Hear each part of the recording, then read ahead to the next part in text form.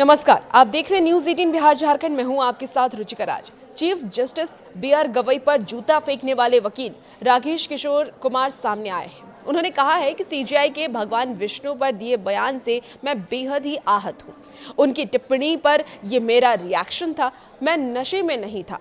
जो हुआ मुझे उसका अफसोस नहीं, किसी का डर भी नहीं है। देखिए, वकील ने यह भी कहा है कि ये चीफ जस्टिस बहुत सारे धर्मों के खिलाफ, दूसरे समुदाय के लोगों के खिलाफ केस आता है तो बड़े बड़े स्टेप लेते हैं। उदाहरण के लिए उन्होंने कई उदाहरण दिए हैं, जिसमें कि हल्द्वानी में रेलवे की जमीन पर विशेष समुदाय पर कब्जा है।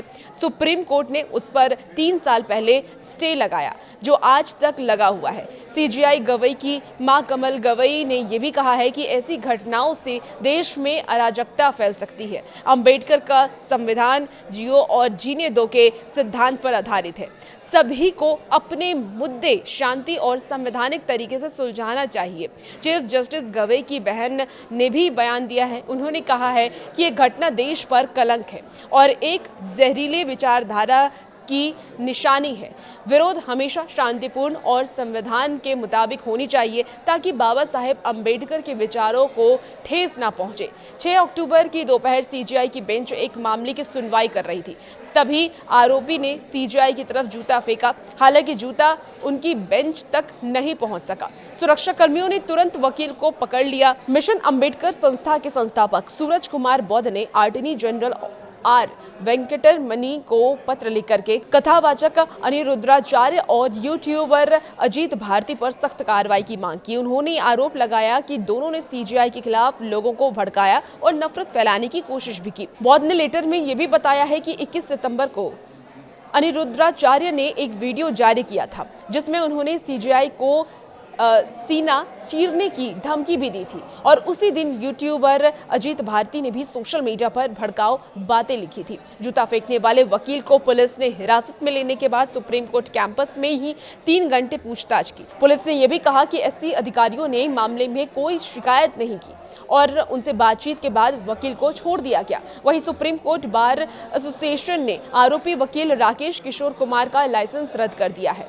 और उसका रजिस्ट्रेशन 2011 का है, जिसके साथ ही बार काउंसिल ऑफ इंडिया ने भी आरोपी को तुरंत निलंबित कर दिया।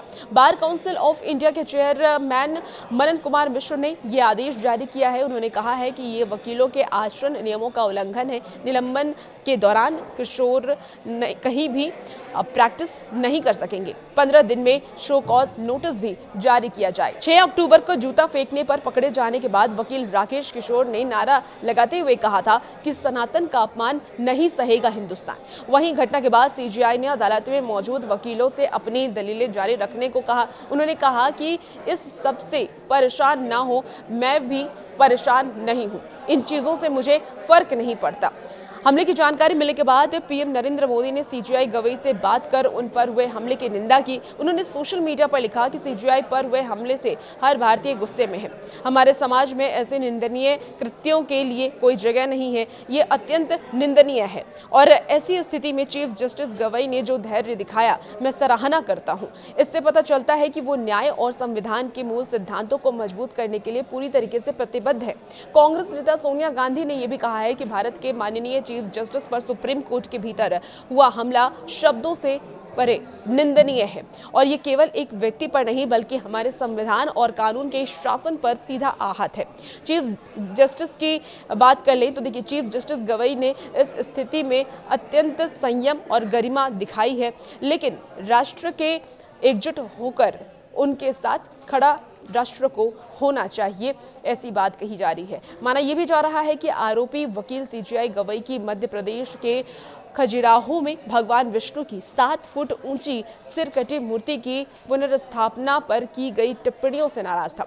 सीजीआई ने 16 सितंबर को खंडित मूर्ति की बहाली की मांग वाली याचिका खारिज करते हुए ये कहा था कि जाओ और भगवान से खुद करने को कहो। तुम कहते हो कि भगवान विष्णु के कट्टर भक्त हो, तो जाओ उनसे प्रार्थना करो। 16 सितंबर को मध्य प्रदेश के खजुराहो के वामन में भगवान विष्णु की 7 फीट ऊंची खंडित मूर्ति की बहाली की मांग वाली याचिका सुप्रीम कोर्ट ने खारिज कर दी थी।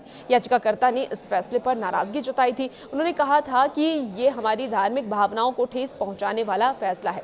कोर्ट ने यह भी कहा कि प्रतिमा जिस स्थिति में है उसी में रहेगी।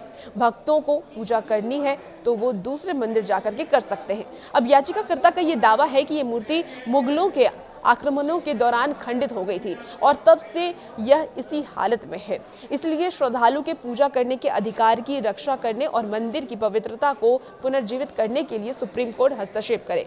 भगवान विष्णु की मूर्ति बदलने को लेकर के दी गई टिप्पणी पर चीफ जस्टिस BR गवई ने सफाई दी है। उन्होंने ये कहा है कि मेरी टिप्पणी को सोशल मीडिया पर गलत तरीके से दिखाया गया। मैं सभी धर्मों का सम्मान करता हूँ। और भी ऐसी वीडियोस के लिए आप बने रहिए न्यूज़ 18 बिहार झारखंड के साथ।